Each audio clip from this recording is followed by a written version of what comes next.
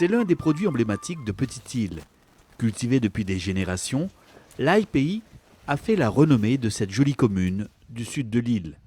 Après la récolte, qui a été plutôt bonne cette année, le travail est loin d'être terminé pour Isabelle et Thomas, qui doivent encore préparer les bottes d'ail. C'est la dernière étape avant la vente justement. Et du coup c'est une étape qui demande beaucoup de temps même.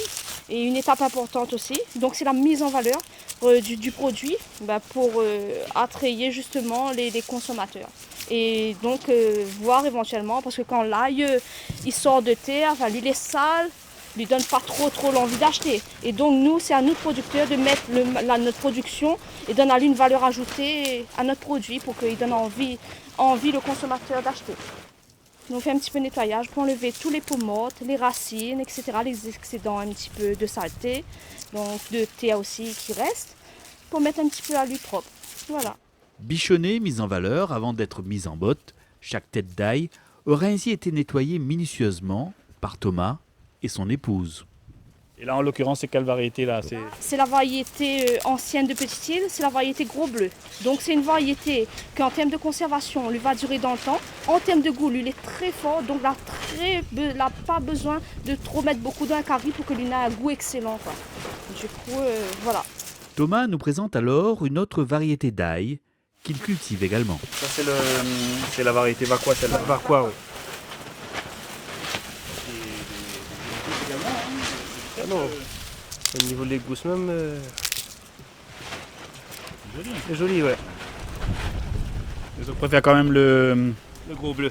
Le gros bleu meilleur. Au niveau de conservation aussi, on va dire. Cette année, les conditions climatiques favorables ont permis au jeune couple d'agriculteurs de tripler sa production d'ail. Par rapport à l'année dernière, la récolte a été meilleure. Nous, ce qui la permet à nous augmenter notre production de 500, passer à 1,5 tonne cette année.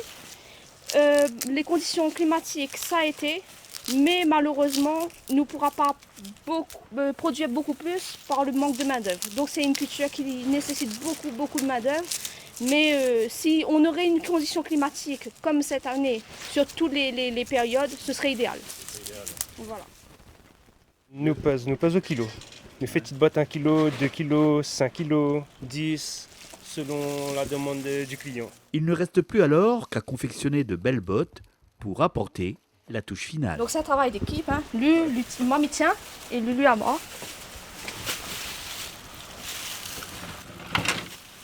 C'est un travail d'équipe alors. Voilà. Depuis le début jusqu'à la fin.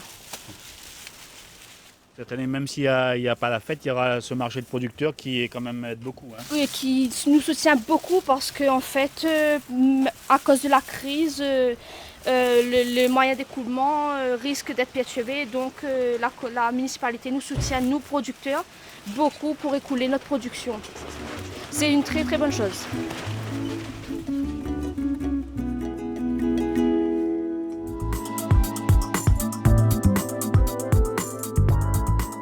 Des Goyaves, dans les Hauts de Petite-Île, Miko Barré est fin prêt.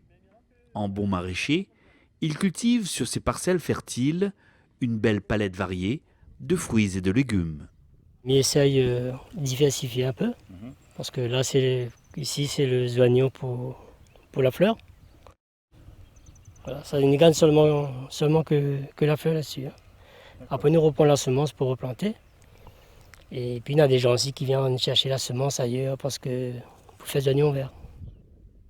On en a des betteraves, on en a des gros piments, on en a un peu de tangaume, il fait un peu la patate douce aussi, un peu de songe-grise, carottes aussi, que les planter sur la parcelle en haut là. Nous le but c'est faire un petit peu de tout, au moins comme ça, si un n'y vend pas, l'autre il peut compenser quoi. Et puis pour la commercialisation les meilleurs. Voilà, quand on a un client qui arrive à un coup, il peut avoir fallu beaucoup de produits. Si on a seulement une variété, on est battu.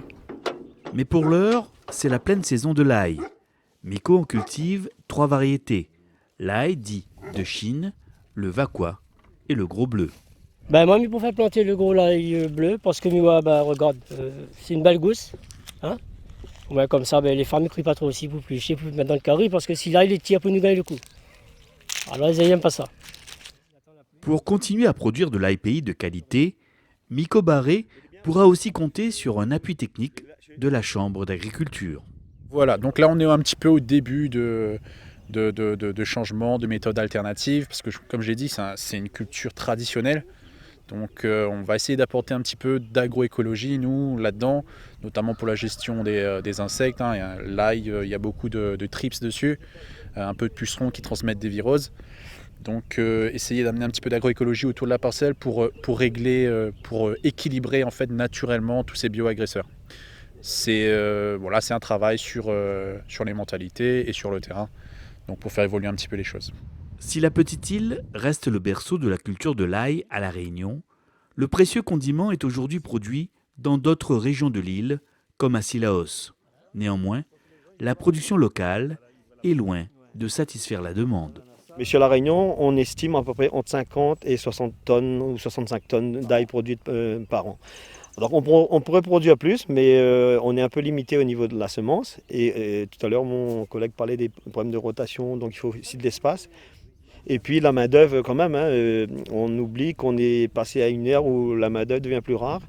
Et souvent les agriculteurs n'auront pas forcément les moyens de payer beaucoup de main-d'œuvre, donc c'est un peu le serpent qui se mord la queue. Mais l'idée, ce serait vraiment de redonner vie au territoire par rapport à la production caractéristiques, quoi. En gros, touristiquement parlant, Petite-Île est connue pour être une commune de maraîchère. Et il faut que l'image, pour moi, l'image patrimoniale reste comme tout le temps. Et puis même à la rigueur, qu'on arrive à développer et que les agriculteurs s'enrichissent autour de ça. Le client, quand il recherche l'ail pays, bon, il connaît la qualité, quoi. Ah si, ils ont l'habitude, ils connaissent le goût. Ils aiment ça, ils disent un carré poisson, c'est un l'ail pays. Un carré bichic, pareil. Un rôti porc. Un rôti porc. Oui. Et la qualité de l'ail pays, c'est quoi? Il parfume mieux, il donne plus de goût? Ah, mais le goût n'a rien à voir avec l'ail importation. Et puis il est plus fort. Le l'ail importation, on va mettre, allez, pour un rôti, deux ou trois têtes, mais ça va mettre peut-être une tête ou une tête et demie. C'est cher, mais à la longue, on est gagnant.